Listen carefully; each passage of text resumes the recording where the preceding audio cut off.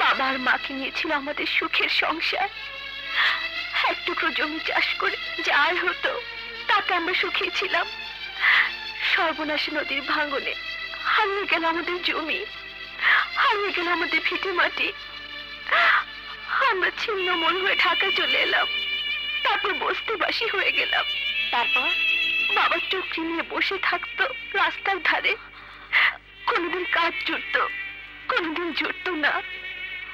মা অসুখে পড়লো, বাবা রিক্সা চালানো শুরু করলো, তাতে মার চিকিৎসার খরচ জুটত না।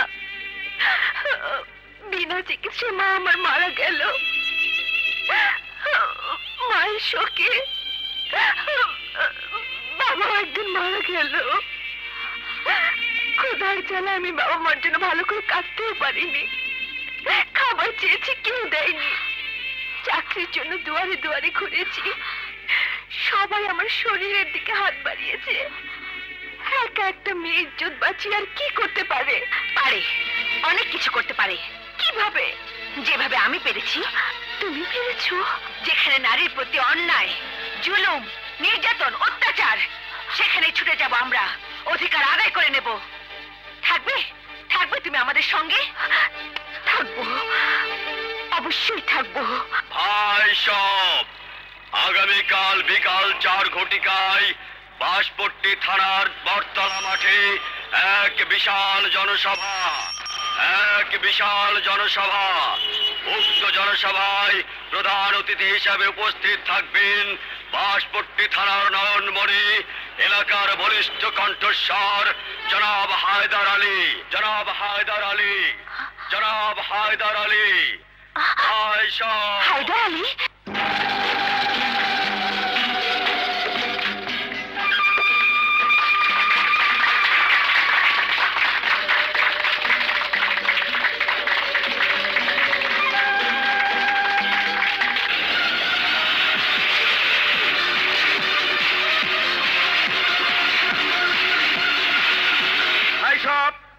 এখন আপনাদের সামনে বক্তব্য রাখবেন বাঁশপট্টি থানার নয়নমণি, গরিব দুঃখী মেহনতি মানুষের জনদরদি নেতা, আমাদের প্রধান অতিথি জনাব হায়দার আলী।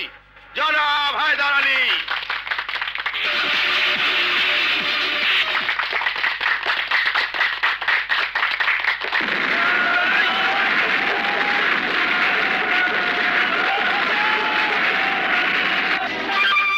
আজ পর্যন্ত এই নারী বাহিনীকে ধরতে পারলি, কি জন্যই তো ট্রান্সফার করে বাঁশপট্টি থানায় নিয়ে আলাম। গত 2 বছর ধরে একটা জনসভায় শান্তি মতো বক্তব্য দিতে পারলাম না। যখনই বক্তব্য দিতে দাঁড়ায় তখনই হামলা করে। এই তুই কি খালি খাস আর ঘুমোস? তোকে আমি বান্দরবন ট্রান্সফার করবো। নিশ্চয়ই তুই মায়া মানুষের কাছে মাল খায় বসে রয়েছিস। আর না হয় ওই মায়া লোকের সাথে তোর কোনো সম্পর্ক আছে। কথা কইস না কেন? বিশ্বাস করুন স্যার, আমি কিছু খাইনি। ওই মেয়েগুলো এক এক সময় এক এক রূপ ধারণ করে।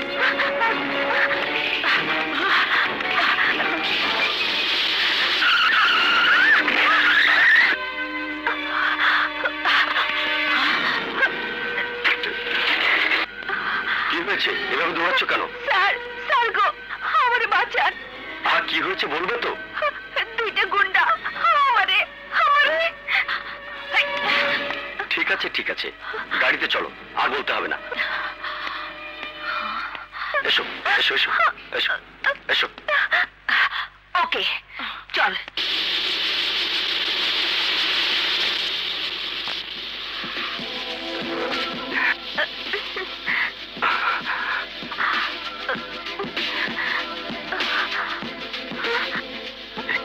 আহা, তুমি এত ভয় পাচ্ছ কেন? আমার নাম লিটন আক্তার, এদেশের বিশিষ্ট শিল্পপতি। কাম কি? আমার কথায় পুলিশ ওঠে বসে, আমার কথায় সন্ত্রাসীরা নাচে। আমার কাছে তোমার কোনো ভয় নেই। ঠিক আছে স্যার, ঠিক আছে। আপনি যখন কইছেন তখন আমি ভয় পাবো না। কোথায় যাবে? অনেক দূর। আচ্ছা, এত রাতে তুমি এখানে এসেছিলে কেন? স্যার, এক বান্ধবীর বাড়িতে আসছিলাম কিছু টাকার লাইগা। ভাবছিলাম রাতটা তার কাছে থাকুন, কিন্তু হ্যাঁ বাড়িতে নাই। তাতে কি হয়েছে? বান্ধবী নাই, আমি তো আছি। আমার বাড়ি এখন একদম খালি। ও বাচ্চা দেশের বাইরে বেড়াতে গেছে। এই কয়টা দিন তুমি আরামায়েশে আমার এখানে থাকতে পারো। মানসি কি করবো স্যার? আহা, মানুষের কথায় কিচ্ছু আসে যায় না। মানুষ তোমাকে ভাত দেবে না, বরং একটু খারাপ পেয়ে যদি তুমি অনেক টাকা উপার্জন করো তাহলে মানুষ তোমাকে সালাম দেবে। স্যার, ছোটখাটো জায়গায় খারাপ হয়ে কোনো লাভ নাই, খারাপ হলে বড় জায়গায় হমু। আরে আমার মতো বড় জায়গা পাবে কোথায়? তোমার সব ব্যবস্থা আমি করব, তুমি শুধু আমার জন্য খারাপ হবে।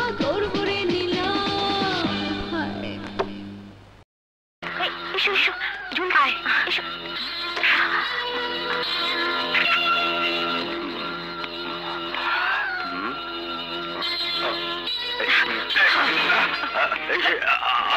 এসব কি? এসব কি? বেডরুমের আলমারিতে ক্যাশ টাকা আছে, আর ওর মেয়ের ঘরে সোনার গয়না আছে। যা যা।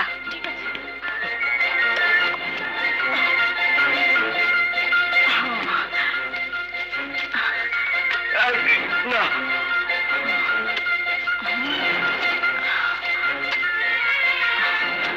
না, আমাকে শেষ করে দিও না। আমি শেষ, আমি গেছি। চল চল চল। শেষ, আমি শেষ, আমি সরকার, আমি বরবাদ, আমি বরবাদ।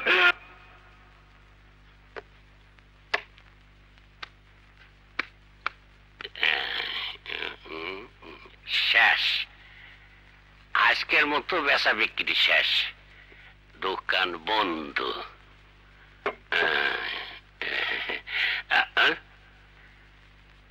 কিন্তু এই বোতলটা অর্ধেক মাল রয়ে গেল, বাসি হয়ে যাবে তো। এইটারে এখন লয়ে কি করি? খাই ফেলাই।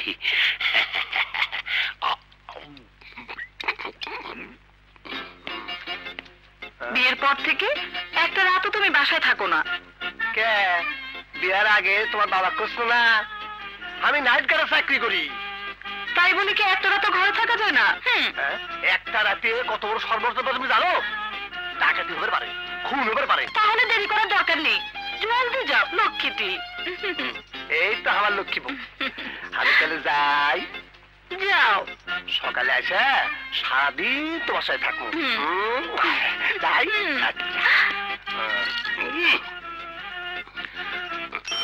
Bye bye, tata.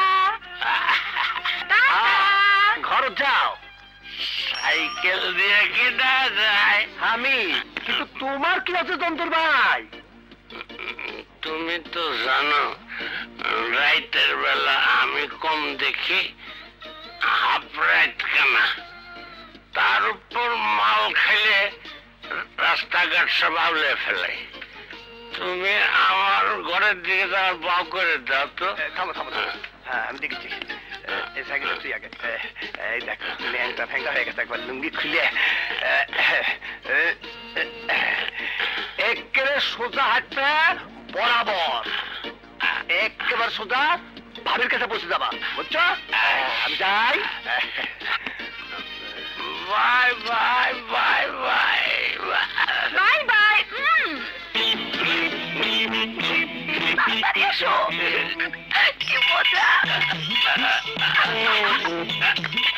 তাড়াতাড়ি এসো।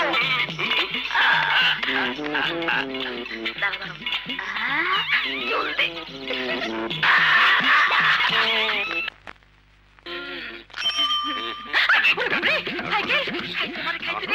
কি করি?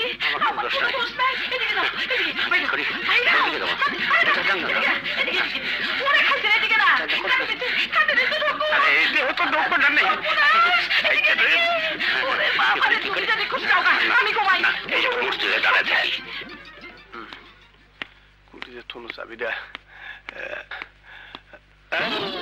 কি ব্যাপার? তুমি এদিকে, তুমি এদিকে। তুমি তো আমার রাস্তা দেখায় দিলা, আমি তো সোজা হাইটে এসে ঘরে ঢুকলাম। এখন তো কোনো কিছুই ঠিক পাইতেছি না। তুমি সোজা এসে তাই তো ঢুকলাম। চলো দেখি। কেন শুনছ? আরে ঘুমাচ্ছ নাকি? বুঝছি, বউটা আমার ঘুমায় পড়ছে দেখে দিশা পায় নাই, অনেক কোনো অসুবিধা হবে না। তুমি যাও।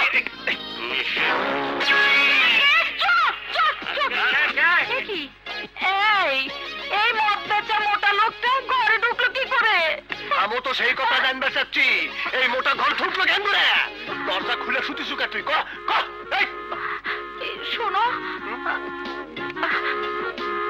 আমি মনে করেছিলাম তুমি যদি সকাল সকাল ফিরে আসো আর আমি যদি ঘুমিয়ে থাকি তাহলে তুমি ডেকে ডেকে হয়রান হয়ে যাবে। নাইট গার্ড ভাই, এইটা কার গলা? আমার বর গলা বলে তো মনে হইতেছে না। ভুল হয়ে গেছে যন্ত্রালি, তুমি হাঁটতে হাঁটতে আমার ঘরে ঢুকে পড়ছো। ভাগ্যিস আমি চাবি লিবার জন্য বাইটার জন্য, আমি যদি না আনুনি তাহলে কি অকারণ ঘটলো নি রে বাবা রে বাবা। চলো চলো, তোমাকে আমি বাড়ি যে থুয়ে আসি। তাই চল।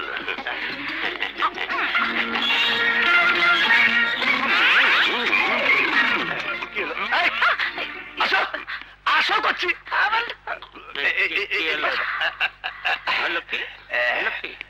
আরে মদদি রে, মদ খেলে মানুষ সব ভুলে যায়, বাড়ির ঘাটাও ভুলে যায়।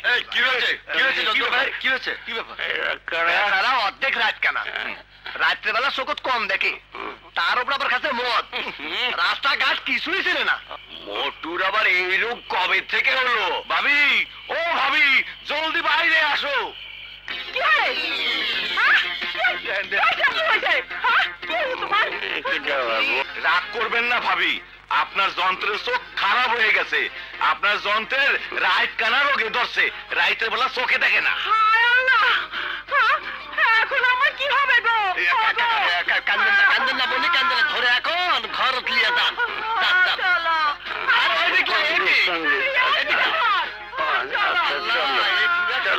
ভালো করে দাও আল্লাহ। আমার সন্দেহ হয় কি মোটু শালা ইচ্ছা করে নাইট গার্ডের ঘরে ঢুকছিল, আসলে শালা কিছুই